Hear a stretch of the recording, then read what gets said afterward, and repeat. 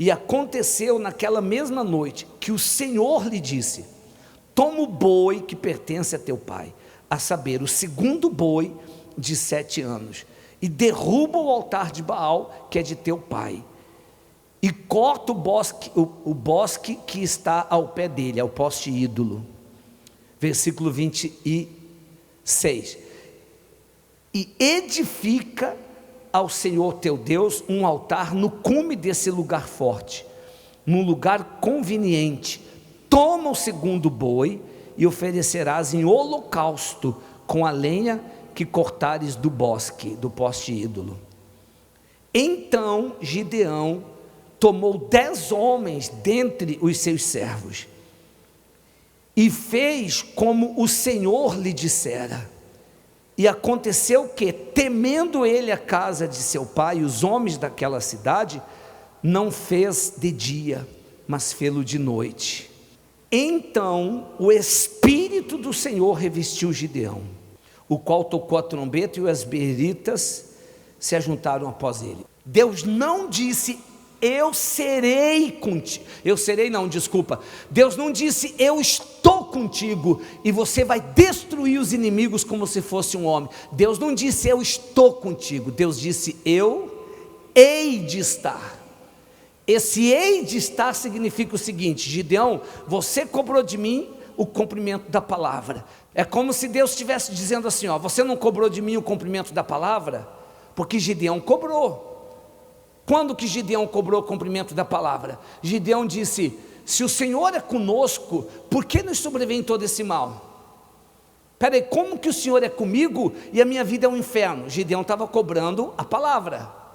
Aí Gideão disse assim: e o que é feito das tuas maravilhas?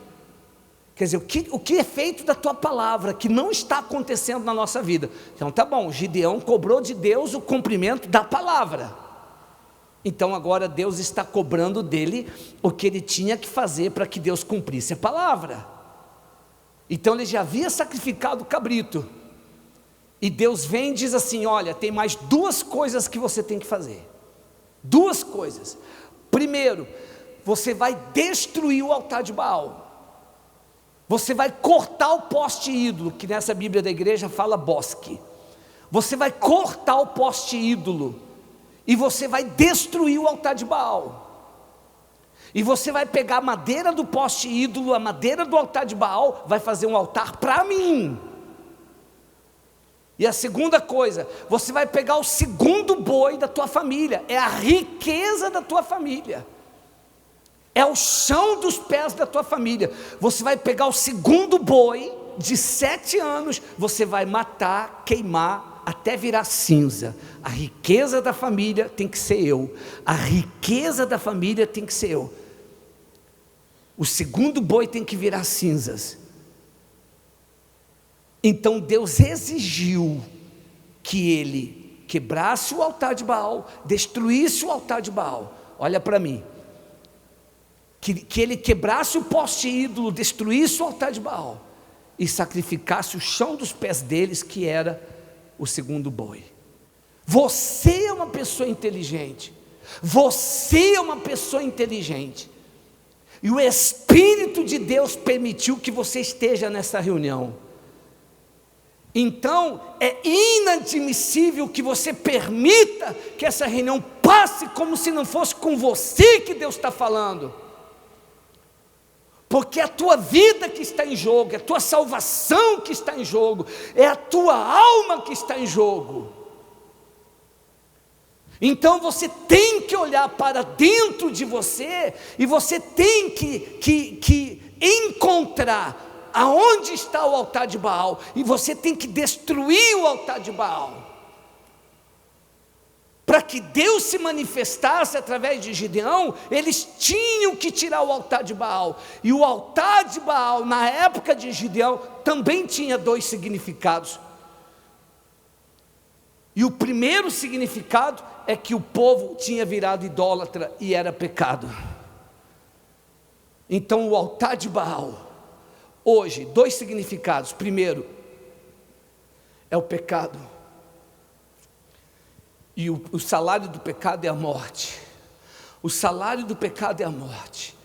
quem morre no pecado herdará o lago de fogo e enxofre. A Bíblia chama de segunda morte, eternamente no fogo. E eu e você, nós não sabemos que dia Jesus voltará, e nem sabemos o dia que iremos morrer. Eu posso morrer, eu, Odivan, posso morrer hoje, você pode morrer hoje. E se a pessoa morre com o altar de Baal dentro dela, então ela morre sem salvação, ela passará a eternidade no lago de fogo. Então a primeira coisa que Deus precisa é que você tire de dentro de você o altar de Baal, o pecado. O pecado é tudo que contraria o que é puro, o que é santo, o que é a palavra de Deus. Então tem o pecado da promiscuidade, a promiscuidade sexual, tem o pecado da idolatria, tem o pecado do vício, tem o pecado da mentira, tem o pecado da mágoa, tem o pecado da religiosidade. E a pessoa sabe o que ela faz que desagrada a Deus, não precisa ninguém apontar o dedo para ela. Você pode ser uma prostituta, uma lésbica, um bandido, um homossexual, você pode ser a pessoa mais pecadora, mais suja, imunda aos olhos do mundo. Aos olhos do mundo, você pode ser a pior pessoa, que aos olhos do mundo você não tem valor. Mas Deus, Ele ama tanto você, Jesus ama tanto você, que se você fosse o único ser humano, Jesus morreria por você. Agora você tem que ter essa coragem, essa disposição de quebrar, destruir o altar de Baal, no que se refere a pecado. Primeiro significado do altar de Baal, o pecado, você tem que tirar. Segundo significado do altar de Baal, é tudo aquilo que você confia que não seja o altar de Deus. O que é o altar de Deus? É Deus. O que é o altar de Deus? É a palavra. O que é o altar de Deus? É você estar dentro da palavra de Deus, você obedece a palavra, você teme a Deus, você reverencia a palavra, você diz sim, Senhor, para a palavra. Então você está no altar. Quando você reverencia o altar, você reverencia a palavra de Deus, você está no altar. O altar de Baal, afora o pecado de maneira nua e crua, o pecado.